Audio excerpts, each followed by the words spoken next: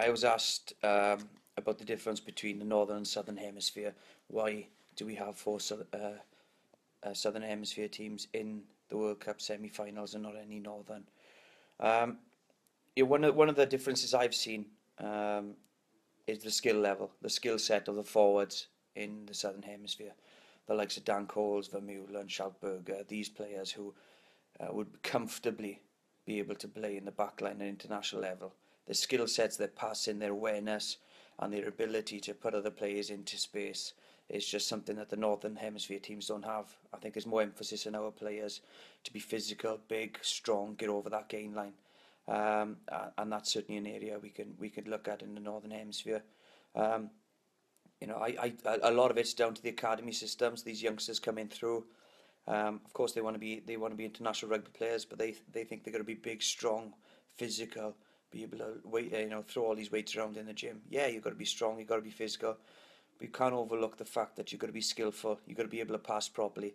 You got to be able to have awareness, agility, and I think that's the difference in the Southern Hemisphere at the moment.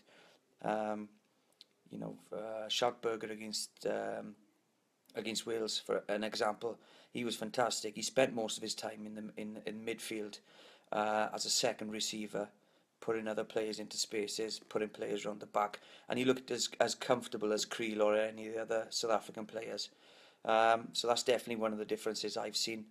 Um, I don't know. I don't know what anyone else thinks. I'm not going to go into the history um, of the leagues or anything like that. And are the Southern Hemisphere leagues stronger than the Northern Hemisphere? I think someone else has already overlooked that. So, but touch rugby in the Southern Hemisphere is massive, massive tournaments, massive emphasis on these young players coming through, playing touch rugby.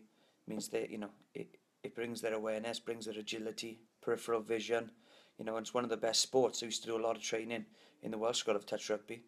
It's fitness as well. So you make sure you're fit. You're running around the field, and I don't think enough of that is done in the Northern Hemisphere.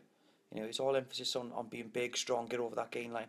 So I don't know. I don't know if I'm right. I don't know if I'm wrong. I don't know if I'm saying it because I'm 4 foot tall. I don't know, but I think perhaps that is one of the things the Northern Hemisphere can look at.